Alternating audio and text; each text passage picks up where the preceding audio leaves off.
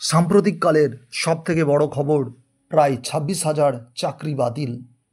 এই শিক্ষক বিক্ষোভে go back slogan ex justice Abhijit গাঙ্গুলিকে।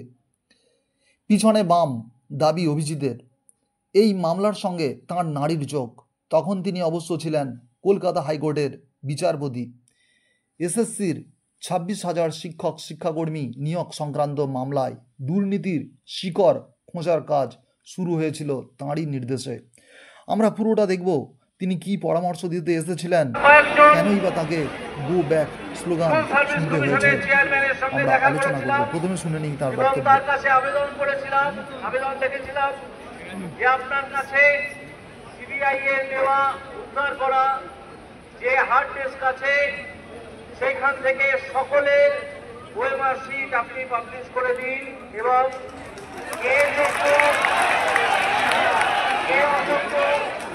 তার একটা তালিকা অতি দ্রুত তৈরি করুন, কারণ যোগ্য এবং অযোগ্যের তালিকা নিয়ে প্রকাশ হয়ে গেল যাতে যোগ্যদের গায়ে কোনো আঁচ না লাগে।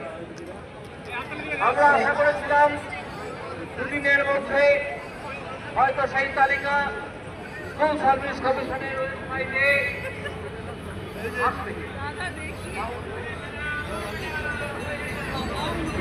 কিন্তু তা হয়নি। তাই আমি স্কুল সার্ভিস কমিশন অ্যাক্টের 18 নম্বর ধারা অনুযায়ী এক্ষেত্রে রাজ্য সরকার কি করতে পারে সেইটা আপনাদেরকে জানাতে চাই। সেকশন 18 বলা আছে,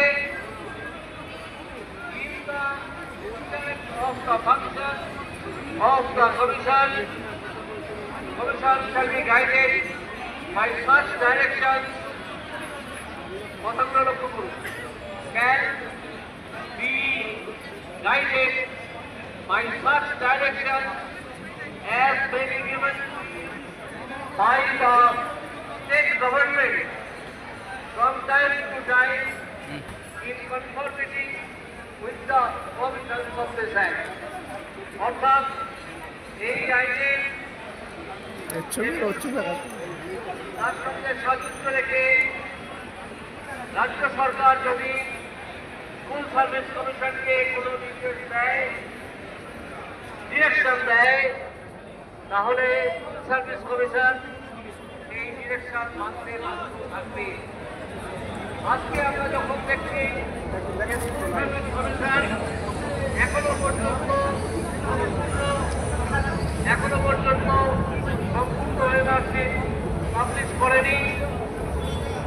আজকে আমরা তাদেরকে সময় দিয়েছিলাম, তখন আমি রাজ্য সরকারের কাছে দাবি জানাচ্ছি, অনুরোধ নয় আবেদন নয়, দাবি জানাচ্ছি সেকশন 18 অনুযায়ী আগামী 2 ঘন্টার মধ্যে স্কুল সার্ভিস কমিশনে একটা ডিরেকশন পাঠান, যাতে বোঝা যাবে যে আপনাদের সদিচ্ছা আছে যে ওয়েমার শিটগুলো পাবলিশ হোক।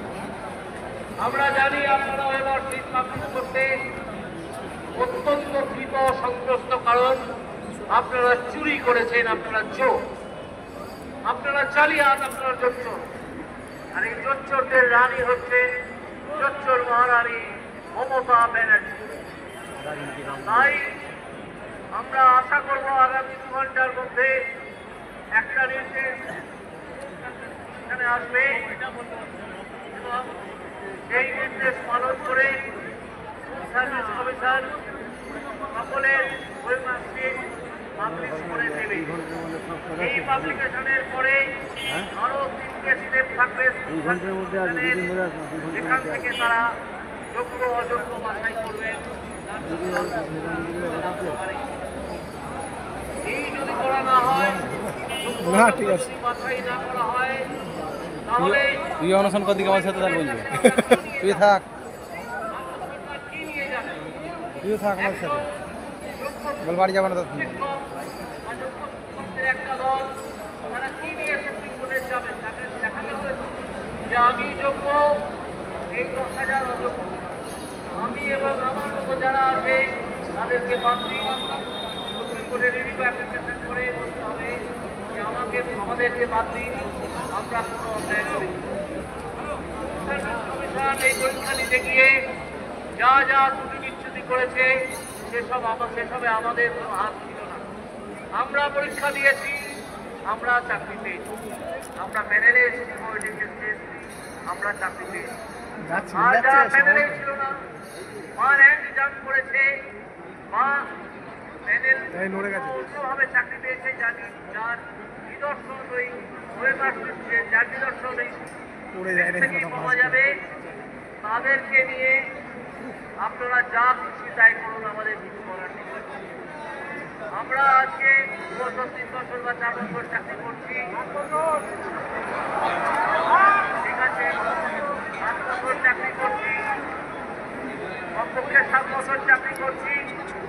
আমাদের বিভিন্ন দায় তৈরি হয়ে গেছে,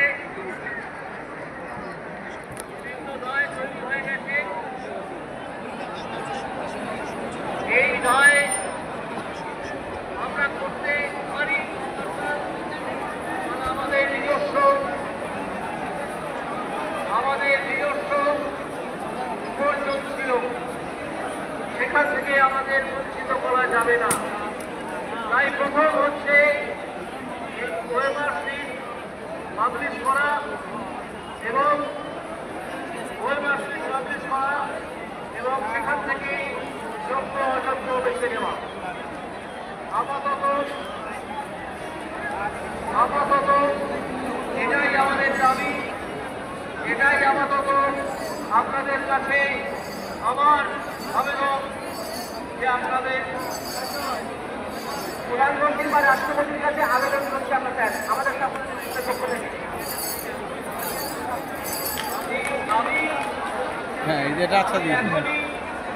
প্রধানমন্ত্রীর কাছে কোনো আবেদন করার কথা কাউকে বলি না। এই দুর্নীতি করেছে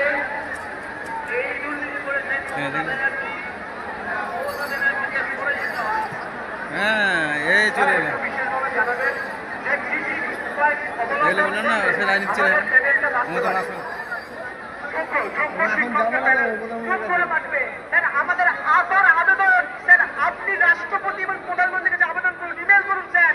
উনি তো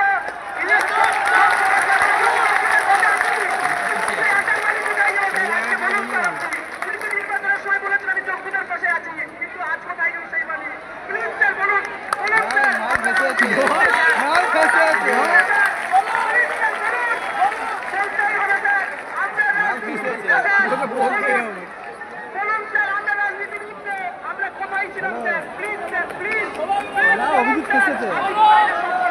অভিজিৎ ফেসে গেছে আমাদের মঞ্চে বক্তব্য আছে।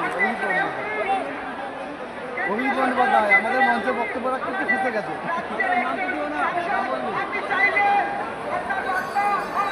হ্যাঁ ফেসে গেছে, ওকে বলছে বলতেই হবে। হ্যাঁ বলছে আমি প্রধানমন্ত্রীকে জানাবো না, এই মুহূর্তে সরাতে হবে। পালাচ্ছে পালাচ্ছে পালাচ্ছে পালাচ্ছে, এই তো বোঝা গেছে শালা রাজনীতি স্বার্থের দৃষ্টিকে দেশ ছিল, এবার পালাচ্ছে কেন? হ্যাঁ এবার পালাচ্ছে, বললাম তো পালাচ্ছে। এখানেই বুঝে গেল কে আছে আর কে না, পুরো রাজনৈতিক স্বার্থে চরিতার্থ করে দিচ্ছে।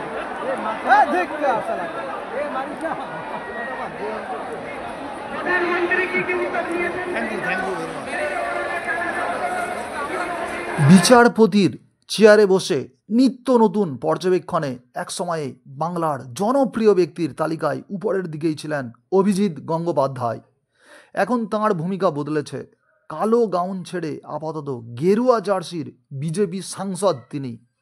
সেই নিয়োগ মামলার অভিমুখও বদলেছে, সুপ্রিম নির্দেশে বাতিল হয়েছে পুরো প্যানেলই। সাংসদ অভিজিৎ এবার চাকরিহারা শিক্ষকদের ত্রাতা হয়ে উঠতে চাইছেন, কিন্তু এখন আর সব বোধহয় ঠিক ব্যাটে বলে হচ্ছে না। শুক্রবার চাকরিহারা শিক্ষকদের জমায়েতে গিয়ে গো ব্যাক স্লোগানও শুনতে হলো তাঁকে। আর্জিকর আন্দোলনের সময়েও তাঁকে একই স্লোগান শুনতে হয়েছিল। তবে অভিজিতের দাবি, চাকরিহারা শিক্ষক নন, এর পিছনে রয়েছে সিপিএম, নকশাল এবং SUCI। সিপিএমও পাল্টা কটাক্ষ করেছে প্রাক্তন বিচারপতিকে। শুক্রবার সল্টলেকে এসএসসি অফিসের সামনে অবস্থানে বসেছিলেন চাকরিহারা শিক্ষকরা। বিকেলে সেখানে পৌঁছন বিজেপি সাংসদ। চাকরিহারারা একটি গাড়িতে সাউন্ড সিস্টেম নিয়ে এসেছিলেন। সেই গাড়িতে অভিজিৎ উঠতে গেলে তাকে বাধা দেওয়া হয়। নিজেদের চাকরিহারা শিক্ষক বলে দাবি করা কয়েকজন বিক্ষোভ দেখান। তাদের বক্তব্য ছিল, এখানে তাঁরা কোনো রাজনীতির প্রবেশ ঘটতে দেবেন না। শেষমেশ অবশ্য অভিজিৎ গাড়িতে উঠে বক্তব্য রাখতে শুরু করেন, কিন্তু সেই সময়ে গো ব্যাক স্লোগান ওঠে। এই স্লোগানের মধ্যেই তাকে এলাকা ছাড়তে হয়। নিরাপত্তা কর্মীরা এক প্রকার তাকে বের করে নিয়ে যান। বিধাননগর পুলিশকেও সহযোগিতা করতে দেখা যায়। এ প্রসঙ্গে অবশ্য অভিজিতের দাবি, গো ব্যাক স্লোগান দিয়েছে বলে আমি শুনিনি, এটা আপনারা বলছেন। তবে যখন বলছেন আমি মেনে নিচ্ছি কেউ না কেউ স্লোগান দিয়েছিলেন। যেখানেই একটা গণ আন্দোলন গড়ে ওঠে সেখানেই নর্দমায় ছুঁড়ে ফেলা নকশাল, এসইউসিআই, সিপিএম আসছে।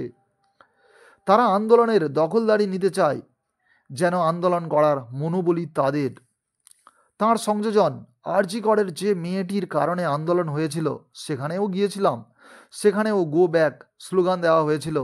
এখানেও সেরকম কিছু দালাল হাজির হয়েছে। আমার মনে হয় না তারা কেউ প্রকৃত শিক্ষক। দালালি করতে এসেছে। তাদের আমি পিঁপড়ের থেকে বেশি গুরুত্ব দিই না। আমি থাকব, দিক স্লোগান, কিছু যায় আসে না। এই আন্দোলনের তারা কেউ নয়। অভিজিৎ আবারও দাবি করেন, রাজ্য সরকার অবিলম্বে এসএসসিকে নির্দেশ দিক যাতে তারা ওএমআর এর মিরর ইমেজ প্রকাশ করে। সিপিএম সাংসদ আইনজীবী বিকাশ রঞ্জন ভট্টাচার্য বলেন, এখন তিনি রাজনীতির অঙ্গনে। তাঁর বর্তমান ভূমিকা হয়তো আন্দোলনকারী শিক্ষকদের পছন্দ হয়নি, তাই তাঁরা স্লোগান দিয়েছেন। সিপিএম সম্পর্কে এই সব কথা বলে তিনি নিজের বাম বিরোধী অবস্থান স্পষ্ট করলেন। অন্যদের সম্পর্কে এমন কথা বলে নিজেকেই অপমানিত করলেন।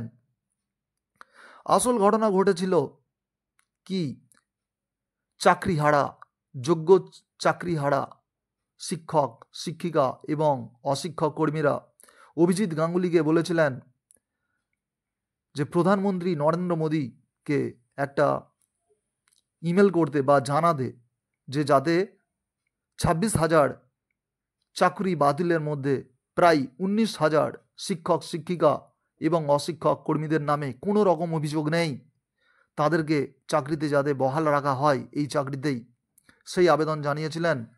উনি তাতে কর্ণপাত করেননি।